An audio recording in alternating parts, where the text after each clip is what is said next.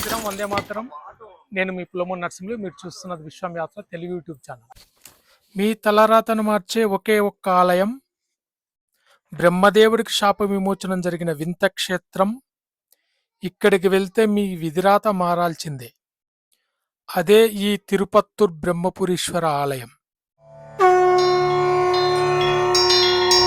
తమిళనాడు రాష్ట్రంలోని శ్రీరంగానికి 24 కిలోమీటర్ల దూరంలో తిరుపత్తూర్ గ్రామంలో స్వయంభులింగం బ్రహ్మపురీశ్వరుడిగాను, అమ్మవారు బ్రహ్మ సంపత్ గౌరిగాను పూజలు అందుకుంటున్నారు. మిగతా విషయాలు దేవాలయం లోపుకి వెళ్ళి చూద్దాం రండి.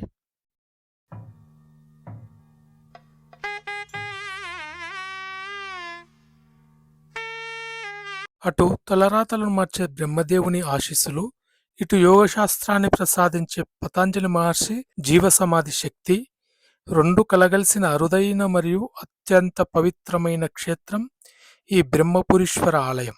పురాణాల ప్రకారం ఒకప్పుడు సృష్టికర్తననే గర్వం బ్రహ్మదేవుడిలో పెరిగిపోతుంది. శివుని కంటే తానే గొప్పవాడననే అహంకారంతో ఉంటాడు.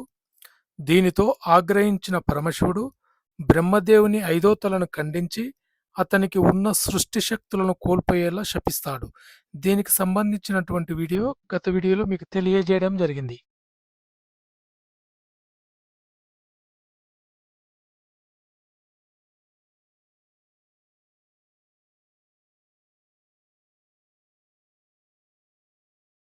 తన తప్పు తెలుసుకున్న బ్రహ్మదేవుడు శాప విమోచనం కోసం ఎన్నో శివాలయాలను దర్శిస్తూ చివరకు ఈ తిరుపత్తూరు క్షేత్రానికి చేరుకుంటాడు. ఈ ఆలయంలో ప్రధాన దైవం శివుడు అయినప్పటికీ ఇక్కడ బ్రహ్మదేవుని ప్రత్యేక సన్నిధి ఉంది. అహంకారంతో తన 5వ తలను సృష్టి శక్తిని కోల్పోయిన బ్రహ్మదేవుడు ఇక్కడే శివుడిని ప్రసన్నం చేసుకుని తన శాప విముక్తి పొందాడు.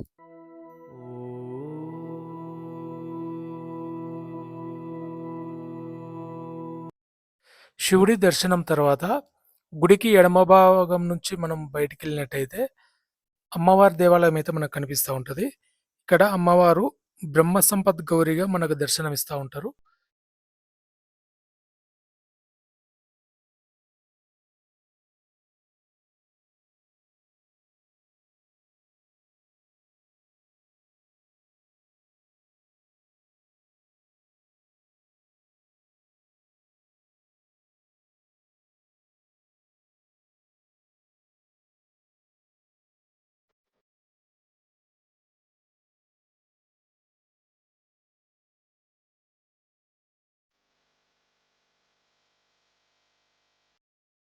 అమ్మవారి దర్శనం చేసుకున్న తర్వాత ఈ ద్వారం గుండా బయటికి వెళ్ళిన వెంబడే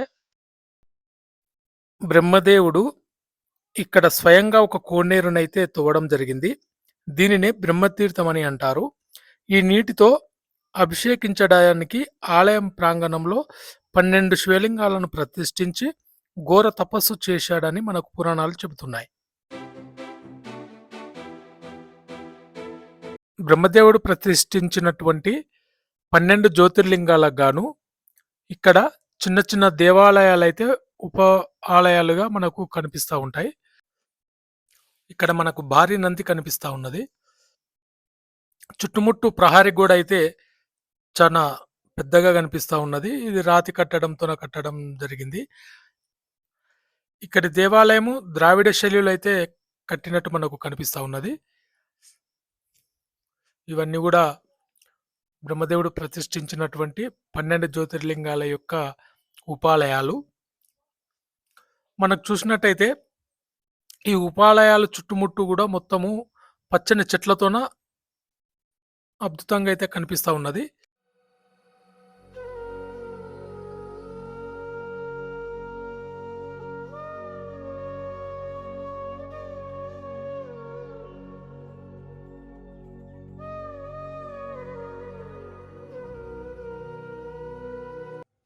బ్రహ్మ తపస్సుకు మెచ్చిన శివుడు పార్వతీదేవి సమేతంగా ఇక్కడ ప్రత్యక్షమై బ్రహ్మకు శాప విమోచనం ప్రసాదించి తిరిగి సృష్టి శక్తులను అందిస్తాడు.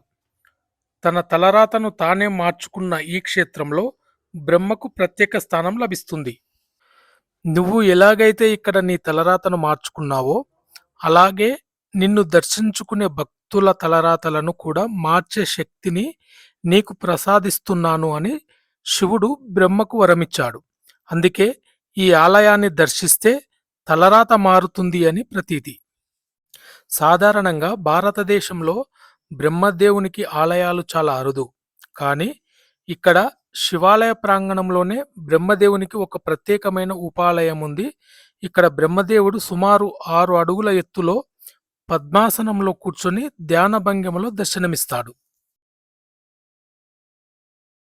బ్రహ్మపురీశ్వర ఆలయం విశిష్టతలో అత్యంత ముఖ్యమైనది పతంజలి మహర్షి యొక్క జీవ సమాధి. సనాతన సంప్రదాయం ప్రకారం 18 మంది సిద్ధులలో ఒకరిగా పూజలందుకునే పతంజలి మహర్షి ఇక్కడే సజీవంగా ధ్యానంలో ఉంటూ ముక్తి పొందారని నమ్ముతారు. ఆలయ రెండో ప్రాకారంలో బ్రహ్మదేవుని సన్నిధికి సమీపంలో ఈ జీవ సమాధి ఉంది. పతంజలి మహర్షి జీవ సమాధి ఉన్న ఈ ప్రదేశం అత్యంత శక్తివంతమైనదిగా భావిస్తారు. ఇక్కడ భక్తులు ప్రశాంతంగా కూర్చొని ధ్యానం చేసుకోవడానికి ప్రత్యేక స్థలం ఉంటుంది. ఇక్కడ ధ్యానం చేయడం వల్ల మానసిక ప్రశాంతత లభించడమే కాకుండా యోగ సాధనలో ఉన్నత స్థితులకు చేరుకోవచ్చని భక్తుల నమ్మకం. పసుపు రంగు వస్త్రం కప్పి ఉన్నట్టిదే పతంజలి మహర్షి యొక్క జీవ సమాధి. పతంజలి మహర్షి యొక్క జీవ సమాధి ముందలైతే బ్రహ్మదేవుని యొక్క దేవాలయం అయితే మనకు కనిపిస్తూ ఉంటుంది. భక్తులు తమ యొక్క జాతకాలను బ్రహ్మదేవుడి ముందు ఉంచడం ద్వారా జాతకాలు కూడా మారడానికి అవకాశం ఉన్నదని భక్తుల యొక్క నమ్మకం. ఈ దేవాలయంలో ఉదయం 7 గంటల నుండి మధ్యాహ్నం 12 గంటల వరకు, తిరిగి సాయంత్రం 4 గంటల నుండి రాత్రి 8 గంటల వరకు దేవాలయం అయితే తెరిచి ఉంటుంది. గురువారాల్లో ఉదయం 5:30కే ఆలయం తెరుస్తారు. తమిళనాడులోని తిరుచిరాపల్లికి రైలు ద్వారా కానీ విమానం ద్వారా కానీ చేరుకోవాలి. అక్కడి నుండి బస్సు లేదా ట్యాక్సీల ద్వారా 24 కిలోమీటర్ల దూరంలో ఉన్న తిరుపత్తూరుకు సులభంగా వెళ్ళవచ్చు. ఈ వీడియో మీకు నచ్చినట్టయితే సబ్స్క్రైబ్ చేయండి, లైక్ చేయండి, మా ఛానల్ సపోర్ట్ చేయండి. మరిన్ని వీడియోలతో మీ ముందుకు వస్తాం. భారత్ మాతాకి జై.